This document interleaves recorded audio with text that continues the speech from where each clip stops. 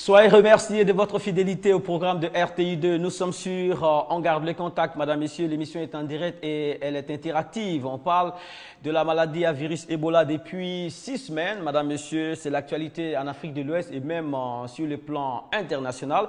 Et aujourd'hui, on va s'intéresser à l'action des ONG, organisations non gouvernementales, dans la lutte contre la fièvre hémorragique à virus Ebola. Est-ce que vous sentez leur implication? Est-ce que vous sentez leur action dans la lutte contre l'épidémie, ou encore est-ce que ces ONG arrivent à remplir tout leur rôle? Si oui, est-ce que les moyens leur sont donnés? Madame, Messieurs, on en parlera avec des responsables d'ONG sur ce plateau, mais aussi avec nos chroniqueurs qui depuis des mois travaillent sur ce sujet-là. Il s'agit pour nous de faire en sorte qu'il n'y ait pas de cas en Côte d'Ivoire, mais aussi pour que l'Afrique se débarrasse de cette épidémie qui a déjà fait plusieurs milliers de morts. Bienvenue sur On garde le contact de ce lundi 6 octobre 2014. L'émission est portée à l'antenne par Fatou Koulibaly. À tout à l'heure.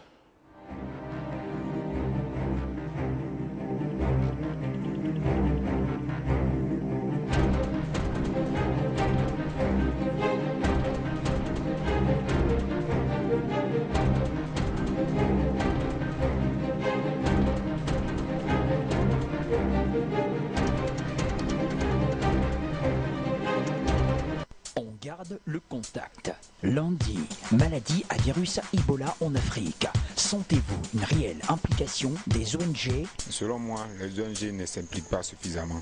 Mardi, maladie à virus Ebola. La mobilisation internationale porte-t-elle fruit? Moi, à mon niveau, je vois que le message passe. Mercredi, promotion d'œuvres artistiques en Afrique. Créer le buzz fait-il réellement décoller? Créer le buzz aujourd'hui est un grand moyen aussi pour se faire connaître. Réagissez en direct. On garde le contact sur RTI2. Vous avez enfin la parole. Les voies d'accès à ce plateau, vous les connaissez désormais, 22 42 54 pour la ligne téléphonique. Si vous appelez de la Côte d'Ivoire, vous précéderez ce numéro du plus 225 si vous appelez de l'étranger, et aussi facebook.com/on garde les contacts. Et là, M. Patrick Ndiakan est là pour relayer vos réactions. La force de l'argument passe ici. Ici, on se bat pour que l'Afrique soit unie, mais aussi l'Afrique soit en bonne santé et faire en sorte qu'on ait confiance en nos compétences, en nos qualités, aussi en nos hommes. Sur le plateau, nous avons des éminences grises comme tous les jours. Bien entendu, M. Ismaël Diop est là. Bonjour Ismaël. Ça va très bien. La fête de Tabaski, nous sommes à 48 heures de cette fête-là. Déjà, elle s'est passée dans les meilleures conditions. Oui, très bien. Très bien. Et on est chargé positivement pour débattre aujourd'hui de la question des ONG concernant la lutte contre la fièvre épidémique à virus Ebola, la fièvre hémorragique à virus Ebola. Voilà, le nom scientifique est très long. Et en face de vous, nous avons Madame Soumane Larissa, Soumaye Larissa. Bonjour. Bonjour. Madame, ça va bien? Ça va, merci. Vous êtes la présidente fondatrice de l'ONG Lumière et Vie. Vous êtes très proche et très active dans tout ce qui concerne le bien-être des Africains. Et aujourd'hui, l'épidémie est dans l'objectif chez vous. Vous êtes déjà active concernant le respect des mesures préventives vis-à-vis de l'Ebola. Très bien. Alors, on sera vraiment très à l'aise aujourd'hui de parler avec vous parce que vous êtes dans l'action et je pense que ça nous rassure. Patrick Ndiakan, bonjour. Bonjour Mohamed, bonjour aux téléspectateurs, bonjour aux internautes. Voilà, beaucoup de réactions déjà sur la toile. On Oui. parle des ONG. J'espère qu'ils ne sont pas attaqués à boulet rouge. J'espère que les uns et les autres savent plus ou moins ce que font les ONG. Ils savent rester réalistes, nos internautes de Facebook, tout en disant bien sûr la vérité. Et laissez-moi vous dire au passage que nous avons maintenant 10 013 membres de notre communauté Facebook. Très bien, ils sont nombreux. Oui. Voilà, bravo. Et vous avez ce pouvoir entre les mains. Utilisez-le très bien. Docteur Gabré, c'est la chronique santé avec vous. Bonjour Gabré. Bonjour Mohamed.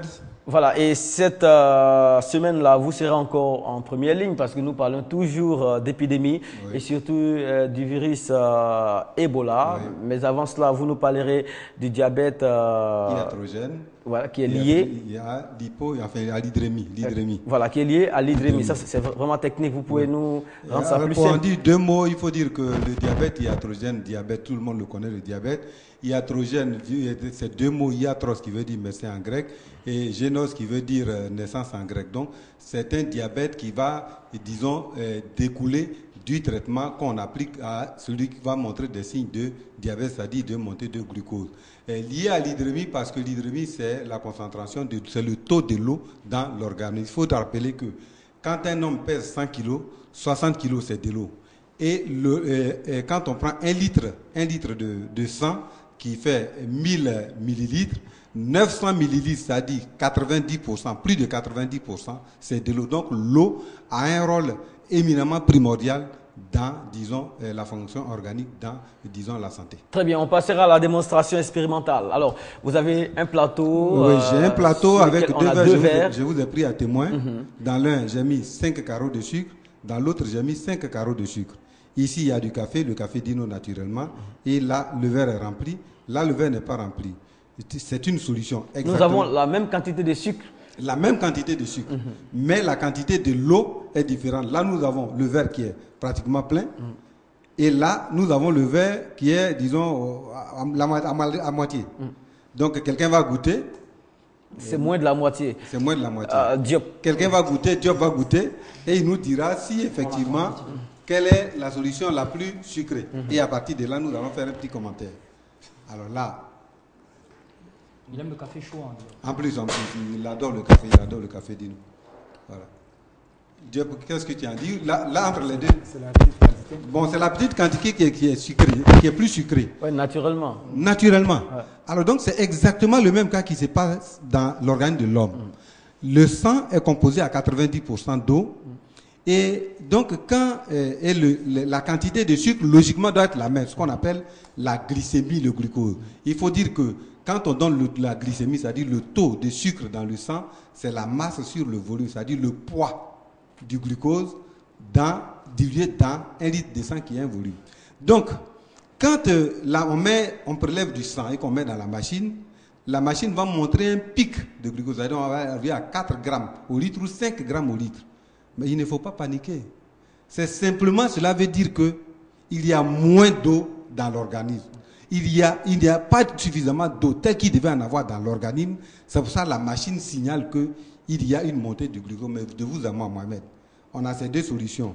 Si on veut équilibrer le goût, qu'est-ce qu'on va faire? On va soit diminuer la quantité d'eau dans un verre ou augmenter la quantité d'eau dans l'autre verre. Mais pratiquement, est-ce qu'on peut diminuer cette quantité pour conserver la même quantité de sucre alors que le sucre est dilué? Non, pas du tout. On ne peut pas. Voilà. Donc, là, il y a une et unique seule solution, c'est d'ajouter de l'eau ici. C'est ça, non?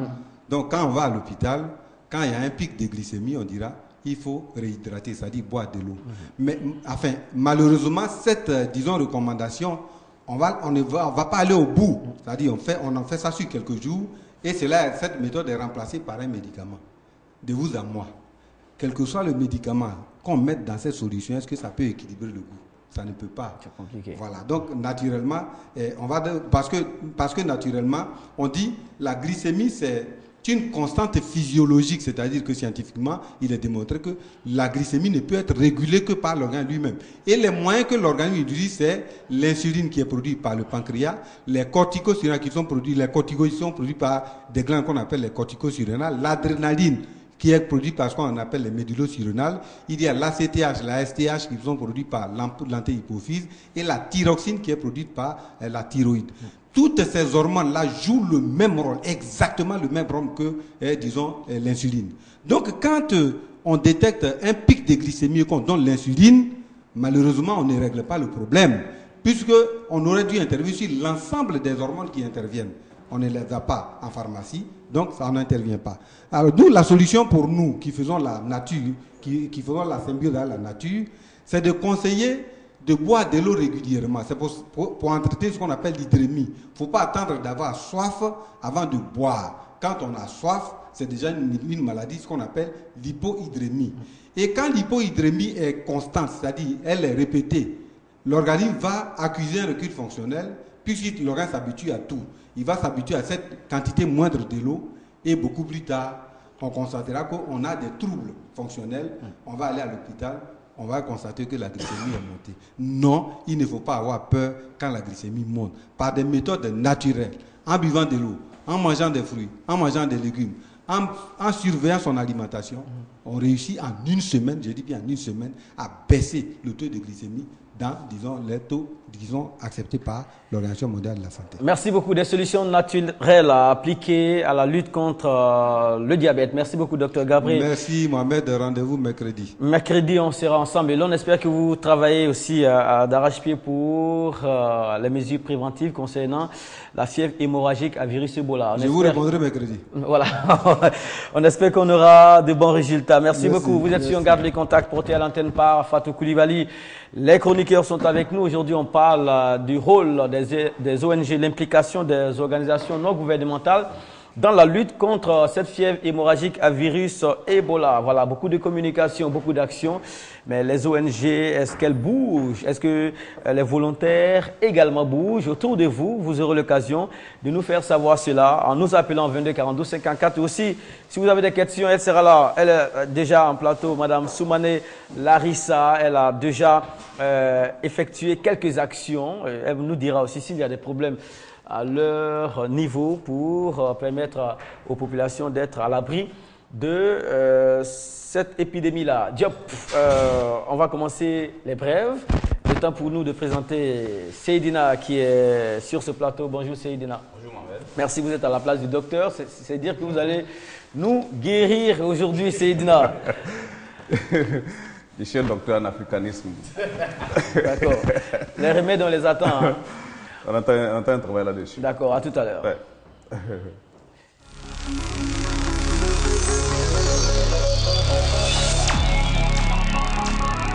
On vous l'a dit sur ce plateau, le problème devient mondial. Le premier cas américain a été détecté le 30 septembre dernier par rapport à la maladie à virus Ebola. Le premier cas américain détecté, Diop. Je pense que vous n'avez pas du tout tort. Lorsque vous dites, par exemple, lorsqu'on lutte aujourd'hui à l'international contre cette maladie, c'est parce qu'on a envie de se protéger soi-même. Ce n'est plus un problème des seuls Africains. Oui, je dis que ce n'est pas de l'aide. Chacun vient participer à sauver sa peau. Vous voyez qu'il y a un Américain qui quitte le Libéria et qui réussit à passer sa frontière. Il arrive chez lui et là, il fait la maladie. Et à partir de ce moment, tout ça dans le quartier où il est ou dans la région où il est, tout le monde est engagé. Donc aujourd'hui, cette maladie qui fait de 2 à 21 jours d'incubation est dangereuse pour tout le monde. Donc tout le monde, on est obligé de tous mettre nos forces ensemble pour éradiquer ça dans le... Pour ne pas qu'on soit contaminé. Ok. Très bien. Alors, vous concernant ce premier cas américain, il faut dire que c'est un Libérien. Voilà, il est du Libéria, ce dernier. Il s'appelle Monsieur Thomas Eric Duncan. D'après, bien sûr, nos confrères du journal Le Monde, a pris en vol au départ de Monrovia, la capitale libérienne. C'était le 19 septembre et il est arrivé le lendemain à Dallas après 2 escales, l'une à Bruxelles et l'autre à Washington. Il ne présentait au départ aucun cas, Mohamed, parce qu'il s'est soumis à tous les examens possibles avant d'embarquer. On n'avait pas détecté tout de suite la maladie à virus Ebola dans son corps. Ce n'est que 4 jours plus tard, quand il est arrivé à Dallas, que ils ont commencé à remarquer les premiers symptômes de la maladie à virus Ebola. Très bien. Et plus de 80 personnes ont eu un contact direct ou indirect avec lui. Il est hospitalisé à Dallas, au Texas. 12 à 18 personnes sont entrées en contact direct avec lui. Ils sont tous surveillés et personne n'a jusqu'à présent montré de symptômes. Voilà, la maladie n'est plus une affaire de la seule Afrique et je pense que le monde entier est concerné. C'est ce qui explique en partie cette mobilisation internationale. L'autre nouvelle, c'est la guérison de l'infirmière française volontaire à Médecins Sans Frontières. Elle a quitté l'hôpital après avoir été soignée avec des traitements expérimentaux. Alors, on en a déjà parlé sur ce plateau également. Cette maladie, certains en guérissent, d'autres en meurent. Seydina. Oui, bien sûr. Parce que, comme je le dis tout le temps, il faut qu'on soit cher aux yeux de nos dirigeants pour qu'ils puissent prendre leurs responsabilités par rapport à notre propre sécurité. Parce que, je le dis, je suis dans mon pays en Afrique et j'ai l'impression, et c'est la vérité, que je ne suis pas en sécurité. Et quand je suis malade, il faut qu'on puisse aller me soigner ailleurs. Quand j'ai faim, il faut que le riz vienne d'ailleurs. Et là, c'est vraiment délicat. En même temps aussi, je dis que j'ai pris l'exemple de la mouche ici. Voilà, une mouche qui tombe dans ton verre d'eau, il faut noyer encore la mouche là-dedans parce que si la mouche a laissé comment on appelle ça, un virus là-dedans, Elle, en même temps, c'est l'antidote aussi. Donc, suivez mon regard. Mais je vais dire aussi, il y a un message qui est derrière ces guérisons d'Occidentaux et ces Africains qui meurent. Il y a un message derrière. Bien sûr, le message, c'est que, comme je l'ai dit, un Occidental est malade, tout le monde entier va se mettre autour de lui pour sa guérison. Si les Africains meurent par milliers, ça, c'est la responsabilité des Africains.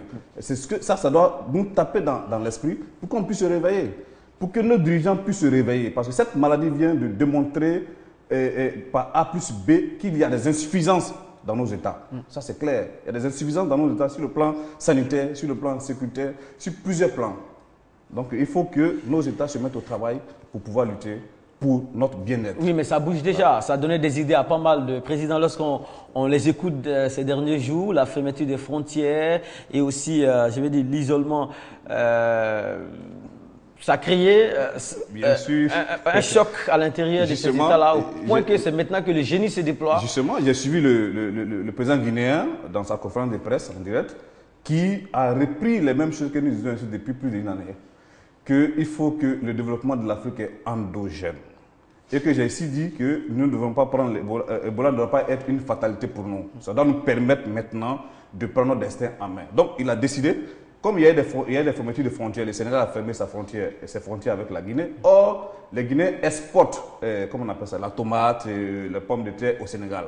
Donc, ils n'avaient plus les voies et moyens pour pouvoir les exporter et les produits pourrissaient. Donc, il a trouvé la solution qu'il faut maintenant qu'on puisse créer des industries dans ces localités pour pouvoir transformer ces produits-là. Et c'est ce qu'il nous faut. Oui, mais des ONG font des démarches pour que des corridors humanitaires existent en lieu et place de la fermeture rigide des frontières, hein, pour éviter vraiment ce genre de choc-là. Surtout, ça ne fait pas jojo dans la tête de savoir que les amis d'hier nous tournent le dos aujourd'hui. Ça crée forcément des réactions. Alors, Madame Soumaye Larissa, fondatrice, présidente de l'ONG Lumière et Vie, est-ce que soigner en priorité les Occidentaux ne pose pas un problème d'éthique? C'est une question à laquelle vous allez répondre d'abord et ensuite Diop. Le constat qu'on fait est clair. Nous, dès qu'un occidental est atteint, 6 à 10 jours plus tard, les nouvelles sont bonnes. Or, on meurt en cascade en Afrique. On parle de plus de 3000 morts. Est-ce que ça ne pose pas un problème d'éthique, le fait que les Occidentaux en guérissent et que les Africains en pâtissent? Moi, je dis non, parce qu'ils mettent les moyens à leur niveau. Puisque au niveau de l'Europe, les ONG rentrent un peu partout, la communication est dense. Donc, ça fait que les gens prennent la situation au sérieux. En Afrique, la communication, c'est vrai, mais on ne rentre pas un peu en profondeur. Donc, je pense que c'est par rapport à la communication qu'on prend les malades de virus Ebola au niveau de l'Europe en charge le plus vite possible. Ça ne vous gêne pas du tout de savoir que on en meurt en cascade en Afrique, des traitements expérimentaux permettent de guérir des individualités en tant qu'Africain, ça fait mal au cœur. En tant qu'Africain, ça fait mal au cœur, c'est clair. Mais on y fait quoi? On fait quoi? Tout vient de là-bas, les grands ordinateurs, les recherches, tout vient de l'Europe. Donc on fait quoi? Donc c'est pour ça que nous sommes là pour nous battre, pour rentrer un peu plus en profondeur. C'est qu'à notre moyen, les préservatifs de laver ses mains, ne pas saluer, ne pas embrasser, c'est tout ce qu'on peut faire. Sinon on peut rien. Bon, côté médical, vous allez m'excuser, mais je ne pourrais pas trop rentrer en détail. Mais je pense que ça choque en tant qu'Ivoirien, en tant qu'Africain, de voir d'autres personnes en guérir et puis d'autres personnes qui en meurent. C'est vraiment difficile. Non, bon, écoutez, la charité bien ordonnée commence par soi-même. Si je crée des médicaments pour pouvoir soigner, si c'est mes ressortissants qui sont là, je les teste sur eux. Si je peux les guérir, je les guéris. Et une fois encore, ça prouve qu'on doit prendre nos responsabilités. Parce qu'il ne faut pas attendre qu'ils créent des remèdes et qu'on s'attende à ce qu'ils nous offrent ça. Leurs ressortissants sont en priorité. Donc, je crois qu'il n'y a pas à se plaindre de ça. J'ai dit ça une fois à Sénat, quand on était sur le plateau. J'ai dit pour une fois, on n'est qu'à assumer nos erreurs. Si on avait créé des cellules pour anticiper, on ne se serait pas retrouvé là. Voilà. Moi, je pense que c'est ça. Et puis, après, il y a la façon, on est des suiveurs, on n'a qu'à arrêter. Il y a la façon de communiquer. C'est maintenant, quand un Américain est atteint et qui se retrouve aux États-Unis et que la population commence à être inquiète, c'est là qu'on nous dit que le virus Ebola se contamine lorsque la personne fait la maladie. Ça veut dire que tant que tu ne fais pas la maladie, tu ne peux pas contaminer. Vous voyez, l'axe de communication commence à changer parce que ça ne se retrouve plus. J'ai dit ça une fois, en Afrique, on monte le pays pour pouvoir récolter des sous, pour pouvoir se faire de l'argent. Vous voulez dire que la communication qui a été faite au départ était corsée, était Regardez l'axe de communication. radicale. Le premier axe, ils ont dit, on communique toujours sur des morts, mais on ne communique pas sur des personnes qui vivent. C'est-à-dire, il y a 7000 et quelques personnes qui étaient atteintes du virus Ebola. Il y a 3000 qui meurent. Et les autres, les 3000 autres, ils guérissent de la maladie. Naturellement, il y a des gens qui guérissent. Mais jamais, dans toute cette communication, on relève le fait qu'il y a des gens qui guérissent de cette maladie. Mais qui faisait la communication? C'est ça qui est le problème. Qui faisait la communication? La communication vient de l'extérieur. Non, mais on a des intelligences. Écoutez, c'est Médecins sans frontières qui a lancé l'alerte. Justement, ils ont fait que nos États prennent leurs responsabilités. Oui, mais un Africain n'est pas en sécurité en Afrique. Il faut avoir le courage de le dire. Ça, c'est alarmiste. Non, ce n'est pas alarmiste. C'est une réalité. Un Africain n'est pas en sécurité en Afrique. Pourquoi? Tu viens de le dire, parce qu'on copie tout. Mais les autres, les compatriotes, les situations sont chères à leurs yeux. Pour nous, on se débrouille. La mort d'un Africain, la mort des 1000 Africains, ils s'en foutent.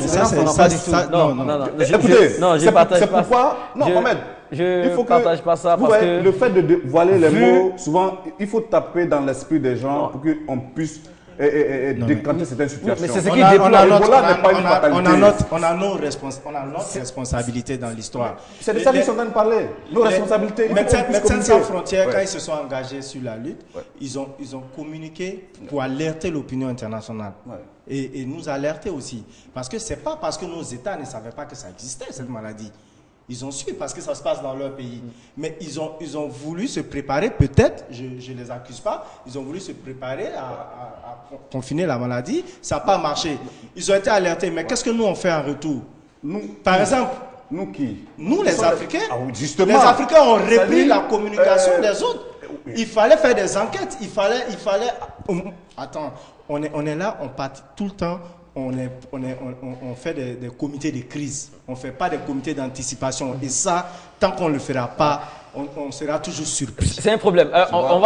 Fatou et Patrick vont nous permettre de voir une réaction par rapport à la question précise qui a été posée. Est-ce que soigner en priorité les Occidentaux ne pose pas un problème d'éthique, Patrick? Et qui est-ce qui répond à la question sur Internet? Il s'appelle M. Jean-François Desfrécy. Il nous dit il est directeur de l'Institut de microbiologie et de maladies infectieuses de l'Institut national de la santé et de la recherche médicale et directeur de l'Agence nationale de recherche sur le sida et les hépatites virales. Monsieur Jean-François répond en disant cela ne pose pas de problème d'éthique à mes yeux. Les soignants occidentaux font un effort pour aller aider dans une situation de crise sanitaire les pays du Sud. Il continue, voici la partie qui a attiré mon attention. Il nous dit mais au-delà des traitements expérimentaux, ce sont surtout les meilleurs systèmes de soins occidentaux qui peuvent permettre de sauver les soignants expatriés et justifier qu'on les rapatrie dans les pays d'Afrique de l'Ouest touchés par Ebola. Les systèmes sanitaires sont tellement précaires que la moindre opération de réanimation, de pause de perfusion ou d'hydratation des patients essentiels contre le virus est difficile à mener. Donc, il parle un peu de la qualité des soins véhiculés depuis les Occidents qui permettent aussi une certaine guérison de la part des personnes infectées. Ouais, cela s'explique en partie, comme l'un des conseils de la présidente du Libéria le disait, il s'agit des pays qui sortent en général de guerre, de plusieurs années de crise, ce qui fait que les systèmes de santé sont en partie fragilisés. On va passer la parole à Madame. Fermer ça, pardon. Oui, allons. Vous savez pourquoi les systèmes de santé en Afrique n'est pas trop reluisant, si on veut voir? C'est que les riches africains, les dirigeants africains, les ministres, tout le monde va se soigner en Europe. Alors, si tout le monde va se soigner en Europe, en ce moment-là, ils vont jamais développer la politique